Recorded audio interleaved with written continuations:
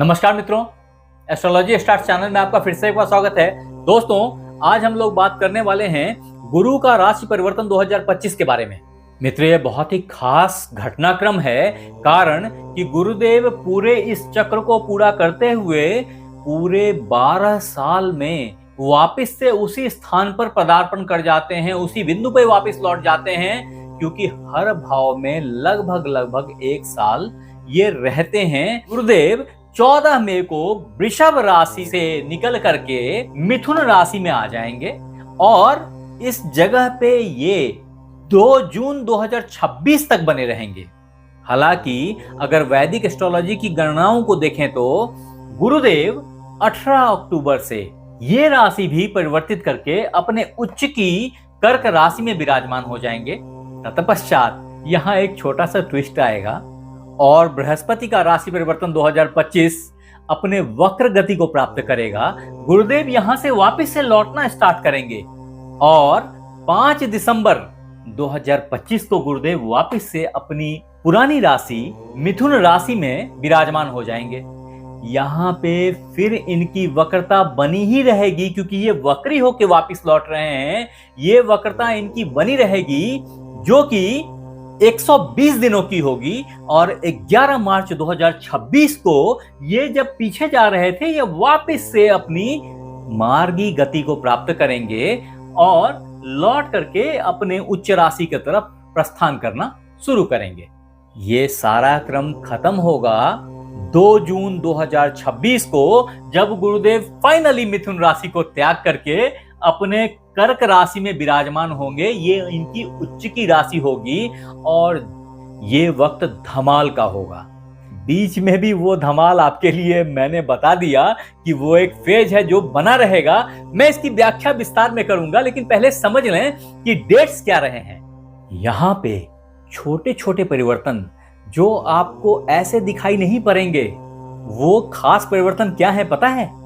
वो खास परिवर्तन ये है कि गुरुदेव जब इस राशि से, यानी कि वृषभ राशि से मिथुन राशि में प्रवेश कर रहे हैं, जो कि डेट मैंने पहले बताई 14 मई 2025, इस दरमियान मृगशिरा नक्षत्र के प्रथम चरण में होंगे और यह समहाउ जून 2025 तक बना रहेगा, जब गुरुदेव मृगशिरा नक्षत्र में विराजमान रहेंगे और मृगशिरा नक्षत्र के प्रभाव आप पे बहुत मुखरित होके पड़ेंगे।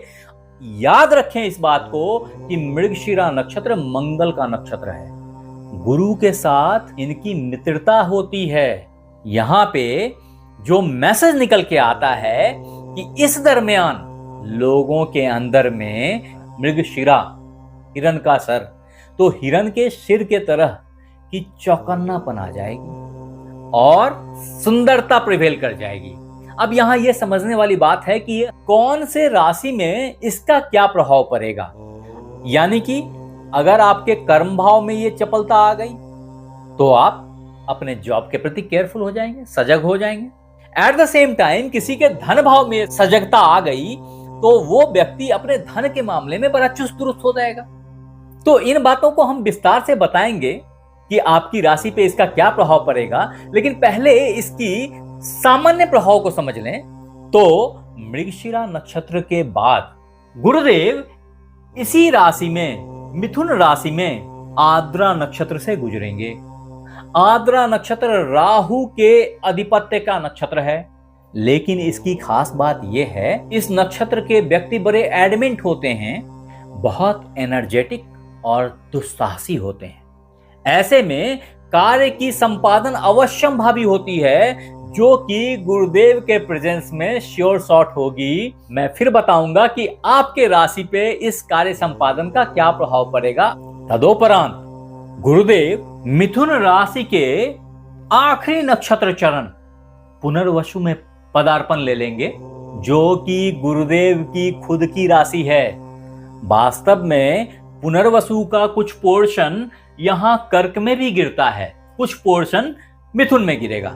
तो जब गुरुदेव यहां से संचरण करना स्टार्ट करेंगे, तो जैसा कि मैंने आपको पहले बताया कि गुरुदेव 18 अक्टूबर 2025 को मिथुन राशि से परिवर्तन करके कर्क राशि में विराजमान हो जाएंगे, फिर भी ये पुनर्वसु चलता ही रहेगा और ये पुनर्वसु में बहुत दूर तक नहीं गुजरेंगे कि वहां से इनकी रिट्रोग्रेशन लग जाएगी, वक्री हो जाएंगे और वापस से अपने पुराने राशि मिथुन राशि की तरफ अग्रसर हो जाएंगे। यहां समझने वाली बात यह है कि पुनर्वसु के नक्षत्र लॉर्ड गुरुदेव खुद हैं, जो नक्षत्र अपने वाइज सोच, वैचारिक क्षमता, धर्म, ज्ञान, इन सब चीजों के लिए जाना जाता है।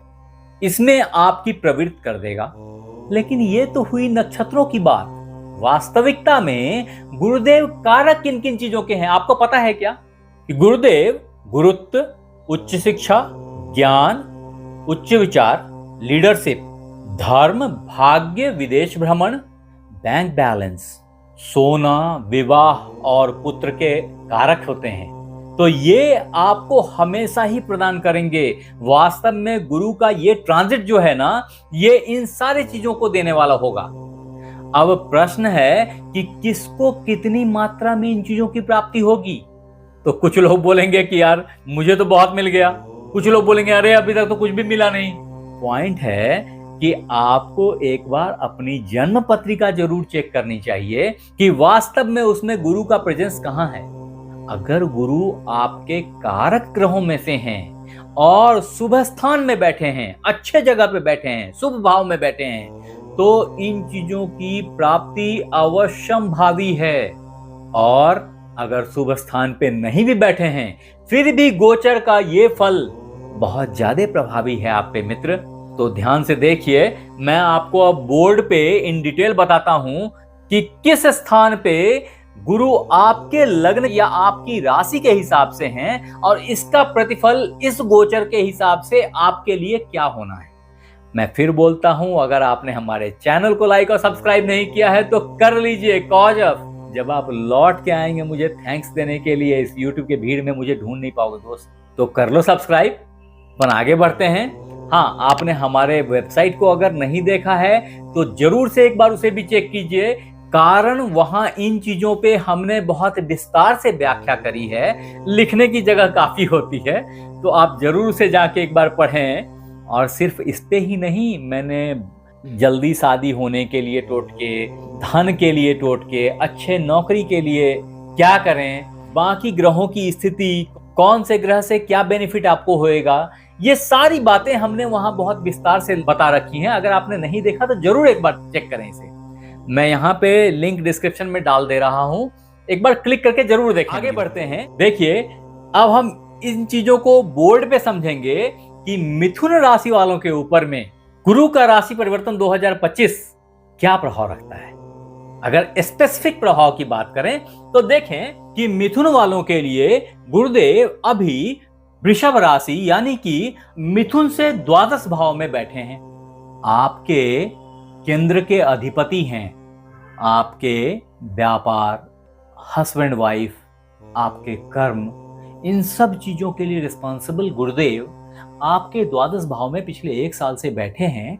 ऐसी हालत में इन सारी चीजों से परेशानियां आप झेल रहे थे और हॉस्पिटल्स के चक्कर और स्वास्थ्य की खराबी अलग बनी हुई थी। इन सब से छुटकारा मिल जाएगी आपको।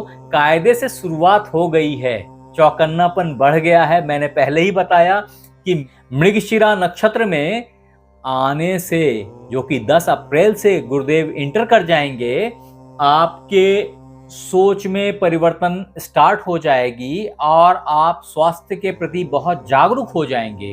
तदोपरांत गुरुदेव आपके लग्न में आ जाएंगे, आपकी राशि में आ जाएंगे। ऐसे में मिथुन राशि वालों के अंदर नैसर्गिक गुण जो गुरुत्व की मैंने बताई, जो गुरु वाली लीडरशिप वाली जो प्रभाव मैंने बताई, वो आपके अंदर में हठात ही आ जाएगी।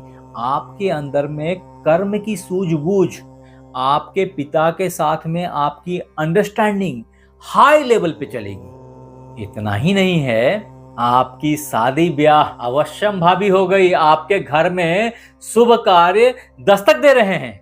आप समझे मिथुन वालों कि गुरुदेव आपके लग्न में बैठ करके 5, 7, 9 की दृष्टि रखे आपके पंचम भाव को देख रहे हैं। यानी कि अब आप अगर उच्च शिक्षा के लिए परेशान थे तो ये बहुत राइट टाइम है विदेश जाने का। फॉरेन जाकर के आपको उच्च शिक्षा की प्राप्ति होगी। फॉरेन का मतलब यहाँ ये भी हो सकता है कि अगर आप गांव में रहते हैं तो आपको किसी महानगर में जाना पड़े अपने पढ़ाई को अग्रसित करने के लिए, और अच्छी पढ़ाई आपके जीवन को अच्छा कर देगी आने वाले टाइम में।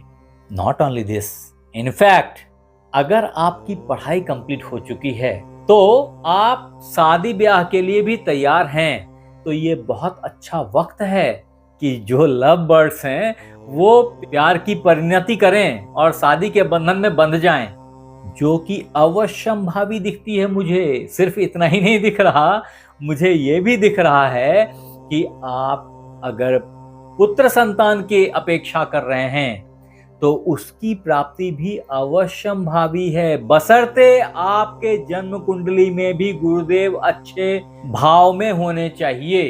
अगर ऐसा है या किसी स्त्री ग्रह की महादशा या अंतर्दशा से आप नहीं गुजर रहे हैं तो पुत्र संतान की प्राप्ति 100% अवश्यंभावी है। तदोपरांत वो मित्र बंधु जो व्यापार की सोच रहे थे ना, उन मिथुन वालों की व्यापार चल निकलेगी। हाँ, अगर आप तीर्थ यात्रा की प्लान कर रहे थे, किसी भगवान भगवती मंदिर मस्जिद गुरुद्वारे के दर्शन को सोच रहे थे, तो ये बहुत अच्छा वक्त है इसके लिए। ये पूरे 1 साल से थोड़ा ज्यादा ही बना रहेगा। कायदे से 14 मई से लेकर के 2 जून तक इसकी स्थिति बनी रहेगी। हाँ, बृहस्पति का राशि परिवर्तन 2025 के प्रभाव को अगर आप एम्पलीफाई करना चाहते हैं, अगर इन चीजों की प्राप्ति और फास्ट करना चाहते हैं और श्योर शॉट करना चाहते हैं, तो ऐसी हालत में आपको केले के वृक्ष में सुबह पीतल के लोटे से जल अर्पण करना चाहिए। अगर ऐसा करेंगे तो आप सारी प्राप्तियों को जल्द जल्द कर लेंगे। एक तरीके से खुशियों से अपनी जिंदगी का पिटारा भर लेंगे। ऐसा बोलूं तो गलत नहीं है। अगर आपने हमारे चैनल को लाइक और सब्सक्राइब नहीं किया है तो कर लो मित्र, अभी भी बोल रहा हूं। आप हमारे साथ बने रहे, इसके लिए बहुत बहुत धन्यवाद। आपसे फिर मिलते हैं अगले एपिसोड में। तब तक अपना ख्याल रखें। धन्यवाद।